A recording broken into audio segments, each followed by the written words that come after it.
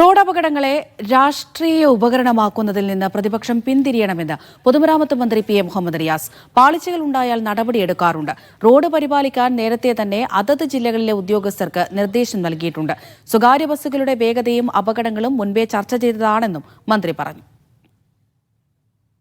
നമ്മുടെ സംസ്ഥാനത്ത് ഇത്തരം കാര്യങ്ങളിൽ അത് ഏത് വകുപ്പ് ആയിക്കൊള്ളട്ടെ, ഇപ്പോൾ ശ്രദ്ധ പതിപ്പിച്ച് മുൻകരുതലോടുകൂടി ഇടപെടാനുള്ള തയ്യാറെടുപ്പ് സർക്കാർ സ്വീകരിക്കാറുണ്ട്. പൊതുമരാമത്ത് വകുപ്പിലും ഇത്തരം സമീപനം സ്വീകരിക്കാറുണ്ട്. വളരെ നേരത്തെ തന്നെ മുൻകരുതലെടുക്കാനും ഇടപെടാനും പറയാറുണ്ട്. അതിൻ്റെ ഭാഗമായി എന്തെങ്കിലും പരാതികൾ വന്നാൽ തെറ്റ് ചെയ്ത അല്ലെങ്കിൽ ഉത്തരവാദിത്തം നിർവഹിക്കാത്ത ഉദ്യോഗസ്ഥർക്കെതിരെ കർക്കശ നടപടി സ്വീകരിക്കാറുമുണ്ട്. മരണങ്ങൾ അത് എങ്ങനെയായിക്കൊള്ളട്ടെ, പ്രത്യേകിച്ച് അപകട മരണങ്ങൾ.